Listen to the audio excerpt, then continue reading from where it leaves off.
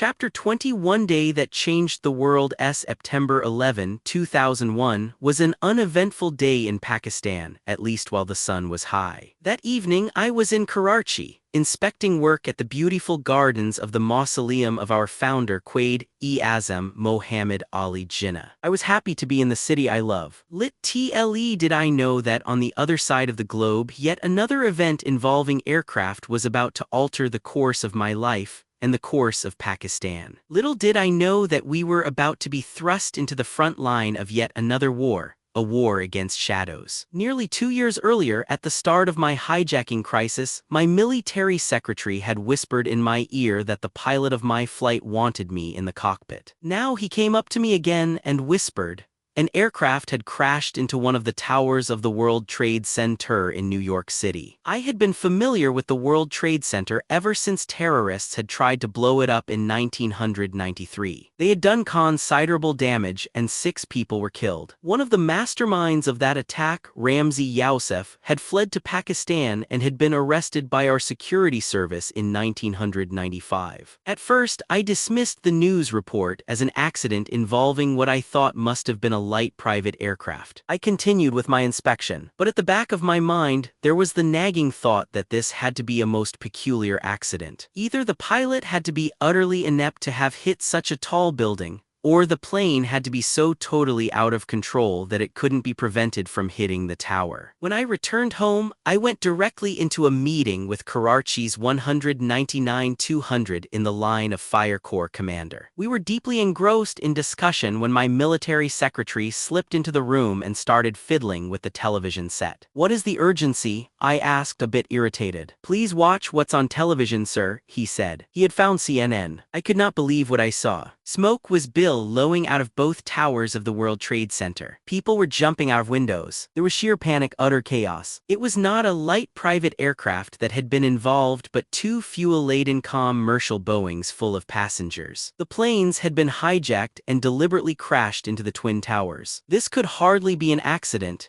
It had to be a deliberate, brazen act of terrorism. I learned that 2 other aircraft had also been hijacked. One had hit the Pentagon. Another had gone down in a field in Pennsylvania. Commentators at the time said that second one had been heading for the White House. This was war. We were still glued to the television when we saw one tower go down, and a few minutes later the second. It was unbelievable. Smoke from burning aircraft fuel and the dust and debris from the largest buildings in the world made the scene look like a nuclear explosion. The enormity of the event was palpable. The world's most powerful country had been attacked on its own soil, with its own aircraft used as missiles. This was a great tragedy and a great blow to the ego of the superpower. America was sure to react violently, like a wounded bear. If the perpetrator turned out to be Al-Qaeda, then that wounded bear would come charging straight toward us. Al-Qaeda was based in neighboring Afghanistan under the protection of those international pariahs,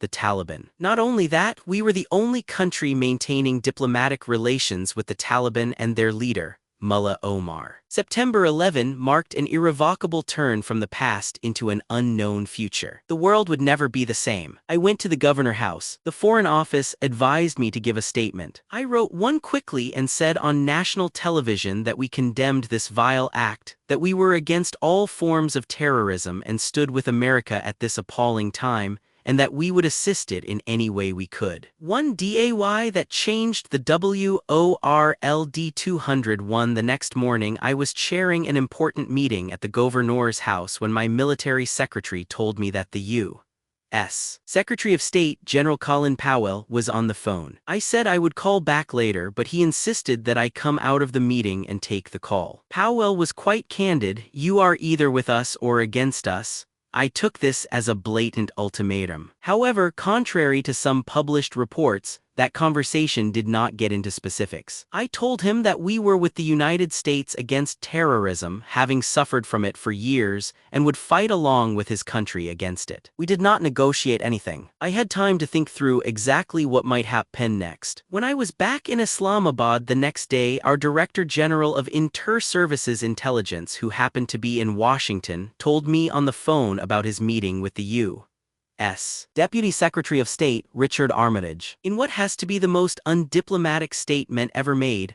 Armitage added to what Colin Powell had said to me and told the Director General not only that we had to decide whether we were with America or with the terrorists, but that if we chose the terrorists, then we should be prepared to be bombed back to the Stone Age. This was a shockingly barefaced threat, but it was obvious that the United States had decided to hit back and hit back hard. I made a dispassionate military-style analysis of our options, weighing the pros and cons. Emotion is all very well in drawing rooms, newspaper editorials, and movies, but it cannot be relied on for decisions like this. Underlying any leader's analysis has to be a keen awareness that on his decision hangs the fate of millions of people and the future of his country. It is at times like these that the leader is confronted by his acute loneliness. He may listen to any amount of advice he chooses, but at the end of the day the decision has to be his alone. He realizes then that the buck really stops with him. This is no facile cliché. My decision was based on the well-being of my people and the best interests of my country. Pakistan always comes first. I wargamed the United States as an adversary. There would be a violent and angry reaction if we didn't support the United States. Thus the question was, if we do not join them, can we confront them and withstand the onslaught? The answer was no, we could not on 3 counts. 202 in the line of fire. First was our military weakness as compared with the strength of the United States. Our military forces would be destroyed. Second was our economic weakness. We had no oil and we did not have the capacity to sustain our economy in the face of an attack by the United States. Third, and worst of all, was our social weakness. We lack the homogeneity to galvanize the entire nation into an active confrontation. We could not endure a military confrontation with the United States from any point of view. I also analyzed our national interest. First, India had already tried to step in by offering its bases to the United States. If we did not join the United States, it would accept India's offer.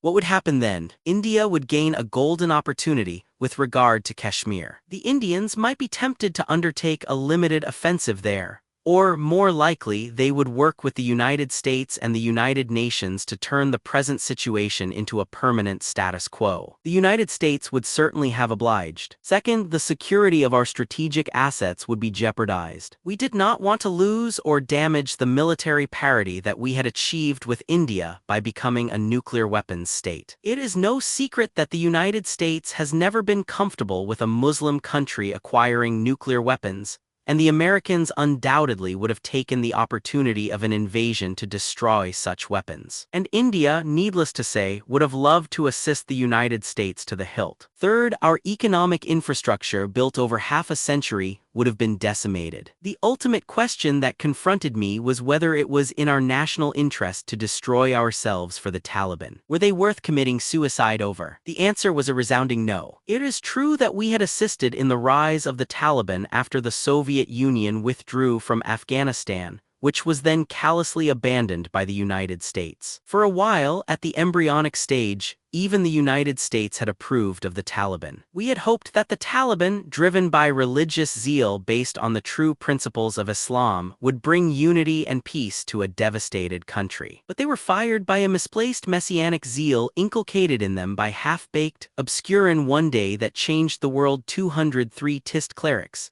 A zeal that was contrary to the moderate, tolerant, progressive spirit of Islam of the majority of the Pakistani people. After the Taliban came to power, we lost much of the leverage we had had with them. The peace that they brought to Afghanistan was the peace of the graveyard. Nevertheless, we still supported them for geostrategic reasons. If we had broken with them, that would have created a new enemy on our western border, or a vacuum of power there into which might have stepped the Northern Alliance, comprising anti-Pakistan elements. The Northern Alliance was supported by Russia, India, and Iran. Now we were no longer constrained by these concerns. We had new, more deadly ones. Now we could detach from the Taliban. In any case, they did not stand a chance. Why should we put our national interest on the line for a primitive regime that would be defeated? On the other hand, the benefits of supporting the United States were many. First, we would be able to eliminate extremism from our society and flush out the foreign terrorists in our midst. We could not do this alone. we needed the technical and financial support of the United States to be able to find and defeat these terrorists. We had been victims of terrorism by the Taliban and Al-Qaeda and their associated groups for years. Earlier Pakistani governments had been hesitant about taking on the militant religious groups that were spreading extremism and fanaticism in our country. General Zia had openly courted them for political support, and Pervez Musharraf was in the process of setting himself up as commander of the faithful,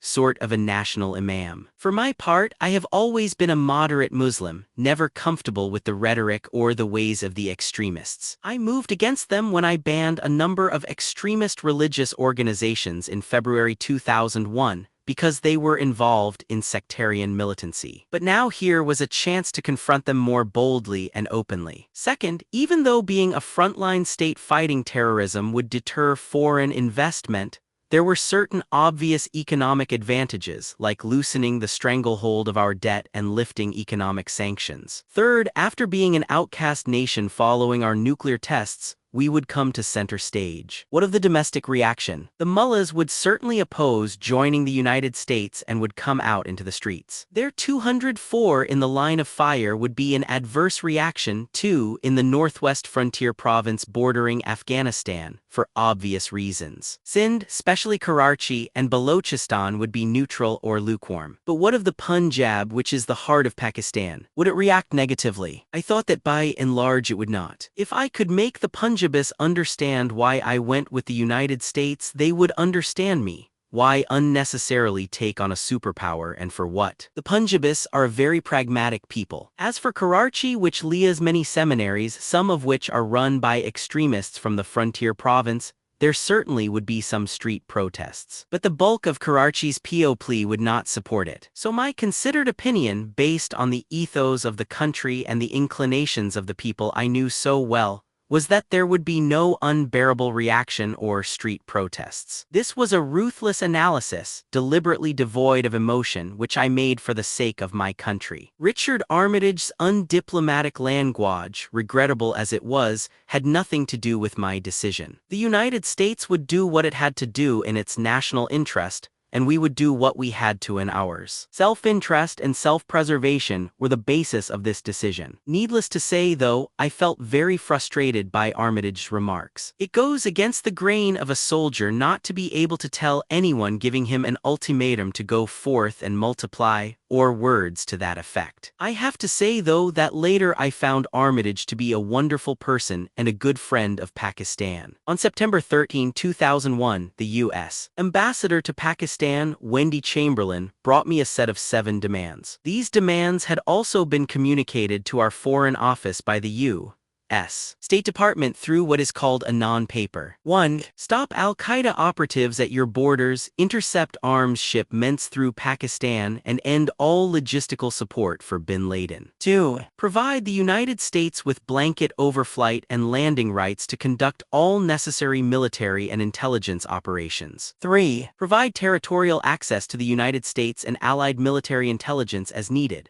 and other personnel to conduct all NISA's 1DAY that changed the world 205 SERI operations against the perpetrators of terrorism, and those that harbor them, including the use of Pakistan's naval ports, air bases, and strategic locations on borders. 4. Provide the United States immediately with intelligence, immigration information and databases, and internal security information to help prevent and respond to terrorist acts perpetrated against the United States, its friends, or its allies. 5. Continue to publicly condemn the terrorist acts of September 11 and any other terrorist acts against the United States or its friends and allies, and curb all domestic expressions of support for terrorism against the United States, its friends, or its allies. 6. Cut off all shipments of fuel to the Taliban and any other items and recruits, including volunteers en route to Afghanistan, who can be used in a military offensive capacity or to abet a terrorist threat. 7. Should the evidence strongly implicate Osama bin Laden and the Al-Qaeda network in Afghanistan,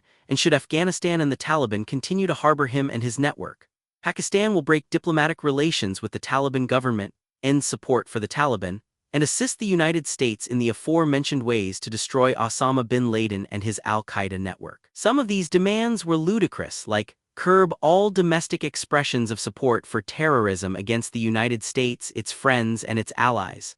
Such a demand depends on the interpretation of what constitutes verbal support for terrorism and on the limits of dissent and freedom of expression. I found the expression "should the evidence strongly implicate Osama bin Laden and the al-Qaeda network in Afghanistan" self-contradictory, because if the United States was still searching for evidence, how could it be so sure that Osama bin Laden and the al-Qaeda network in Afghanistan were the perpetrators of 9/11? I also thought that asking us to break off diplomatic relations with Afghanistan if it continued to harbor Osama bin Laden and al-Qaeda was not realistic.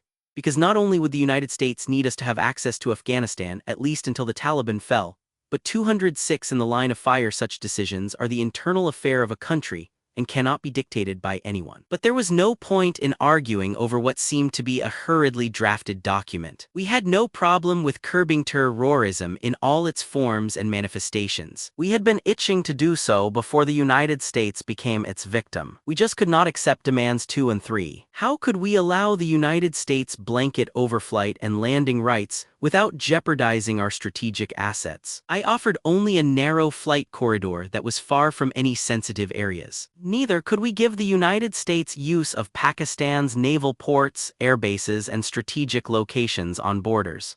We refused to give any naval ports or fighter aircraft bases. We allowed the United States only 2 bases, Shamsi in Balochistan and Jacobabad in Sindh, and only for logistics and aircraft recovery. No attack could be launched from there. We gave no blanket permission for anything. The rest of the demands we could live with. I am happy that the U.S. government accepted our counter-proposal without any fuss. I am shocked at the aspersion being cast on me that I readily accepted all preconditions of the United States during the telephone call from Colin Powell. He did not give any conditions to me. These were brought by the U.S. ambassador on the 3rd day. Having made my decision, I took it to the cabinet. As expected, there was some concern from the ministers that they had not been consulted. Doubts were also expressed in the Corps commanders' meeting that followed. In both meetings, I went over my analysis in detail and explained how and why I had come to this decision. I answered every question until all doubts were removed and everyone was on board. I then went on national radio and television on September 19 to explain my decision to the people. As I had thought, the reaction was limited and controllable. Then I began meeting with a cross-section of society. Between September 18 and October 3, one met with intellectuals, top editors, leading columnists, academics, tribal chiefs, students, and the leaders of labor unions. On October 18, one also met a delegation from China and discussed the decision with them. Then I went to army garrisons all over the country and talked to the soldiers. Everyone was rightly concerned one day that changed the world 207 that if Afghanistan was bombed, many innocent Muslim lives would be lost. I allayed this fear by saying that first we would try to persuade Mullah Omar to make Osama bin Laden and his top lieutenants leave Afghanistan. That way, Afghanistan could avoid any military strike by the United States. It all came down to 2 men, Mullah Omar and Osama bin Laden.